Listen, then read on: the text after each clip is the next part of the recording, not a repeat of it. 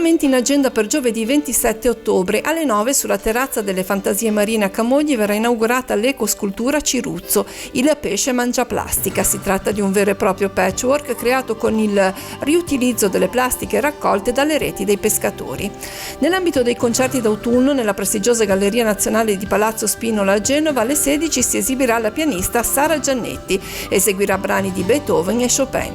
Aspettando il premio Rapallo B per Banca, alle 18:30 a Villa Queirola Rapallo si terrà un incontro con Eva Cantarella e Nadia Terranova, presidente e vicepresidente del premio.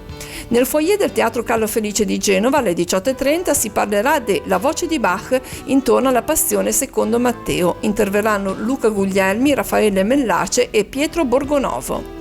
Si apre l'8ª stagione di Sori Teatro organizzata dal Teatro Pubblico Ligure al Teatro Comunale di Sori. Alle 19:30 il primo appuntamento del ciclo di incontri Far ridere è una cosa seria. 5 autori d'eccellenza nella narrativa ironica. Barbara Fiorio inizia con Mark Twain, Una cura per la tristezza. Alle 21 la prima nazionale di Spostamenti improvvisi di Vittorio Franceschi. Alle 20:45 all'Auditorium GB Campodonico di Lavagna verrà presentato il libro Giorgio Gaber, Sandro Luporini e la generazione del 68 di Fabio Barbero. Dialoga con l'autore Elisa Folli.